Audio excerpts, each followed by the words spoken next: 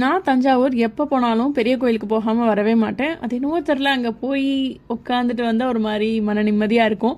So இந்த முறை போகும்போது செம்ம கூட்டவங்க, உள்ளே போய் சாமி கூட பார்க்க முடியல. ஜஸ்ட் போயிட்டு சும்மா வெளியே சுற்றி பார்த்துட்டு கொஞ்ச நேரம் உட்காந்துட்டு கிளம்பி வந்தாச்சு. தஞ்சாவூரில் பெரிய கோயில் மட்டும் கிடையாது, அந்த மாதிரி பார்க்க வேண்டிய இடங்கள் இன்னும் நிறைய இருக்குது. மணிமண்டபம், அரண்மனை சொல்லிக்கிட்டே போகலாம். அண்ட் நான் தஞ்சாவூர் போனால் இன்னும் ஒரு இடம் கட்டாயம் மறக்காமல் போய் பார்த்துட்டு வருவேன். அது வந்து கோயிலுக்கு ஆப்போசிட்லேயே தான் இருக்குது. நீங்கள் கோயிலுக்கு பார்க் பண்ணிவிட்டு அதே பார்க்கிங்கில் அப்படியே நடந்து போய் பார்த்துட்டு வந்துடலாம். இந்த இடம் தான் அது. என்னோட ஒன் ஆஃப் ஃபேவரட் அப்படின்னு சொல்லலாம். எனக்கு வந்து பெட்ஸ்லேயே பேர்ட்ஸ் ரொம்ப பிடிக்கும்.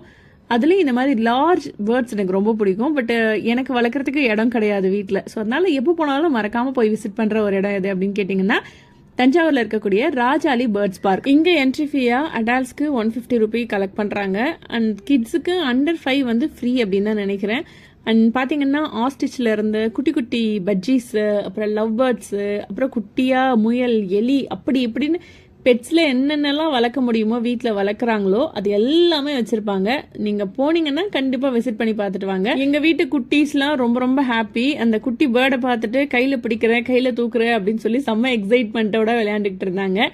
அங்கே இருக்க பேர்ட்ஸுமே ரொம்ப ஃப்ரெண்ட்லியாக தான் இருக்காங்க. ஸோ பெருசாக யாரையும் வந்து ஹார்ம் பண்ணல, குத்தலை, கடிக்கலை, எதுவுமே பண்ணலை. ரொம்ப க்யூட்டுங்க.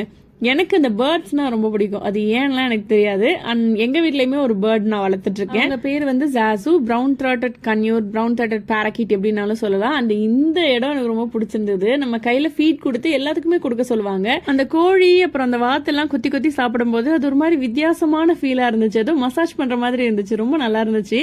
கிட்ஸ் ரொம்ப என்ஜாய் பண்ணாங்க. இது மட்டும் இல்லாம இங்க நிறைய குட்டி குட்டி எலி வகைகள் இருந்தது, அப்புறம் நாய்கள் இருந்தது. முயல்களுக்குலாம் நம்ம டைரக்டா நம்மளே போய் சாப்பாடு கொடுக்கலாம். நான் ரொம்ப முக்கியமா வந்ததுக்கு காரணம் இந்த பெரிய பெரிய பறவைகளை பாக்குறதுக்காக தான். இந்த பெரிய பறவைகள் வாங்குற அளவுக்கு நம்ம இன்னும் வளரல அப்படின்னாலும், பட் அதை நேராக போய் ஒரு 150 ரூபி கொடுத்து நம்ம கிட்டத்தட்ட ஒரு 20 நிமிஷம் கிட்ட நான் உள்ள இருந்தேன். அந்த 20 நிமிஷமும் இவன் பேர் வந்து ஆடன். 8 மந்த் பேபி தான் இந்த மக்கா. ரொம்ப கியூட்டா அழகா கையை விட்டு இறங்கவே இல்லை. நம்ம பேசும்போது அதுக்கு ரிப்ளை எல்லாம் பண்றாங்க. பார்க்கறதுக்கே ரொம்ப அழகா இருந்தது. சரி, ஓகே, உங்களுக்கு பேர்ட்ஸ் பிடிக்குமா? நீங்க இந்த மாதிரி இடங்களுக்கு போயிருக்கீங்களா அப்படின்ட்டு மறக்காம கமெண்ட்ஸ்ல என் கூட ஷேர் பண்ணிக்கோங்க. இந்த வீடியோ உங்களுக்கு பிடிச்சிருந்துச்சுன்னா மறக்காம ஒரு லைக் கொடுங்க. நாளைக்கு இதே டைம்ல இதே மாதிரி வேற ஒரு இன்ட்ரெஸ்டிங் vlogல உங்களை மீட் பண்றேன். மறக்காம எனக்காக ஐடியா ஃபாலோ பண்ணி வச்சுக்கிறீங்களா?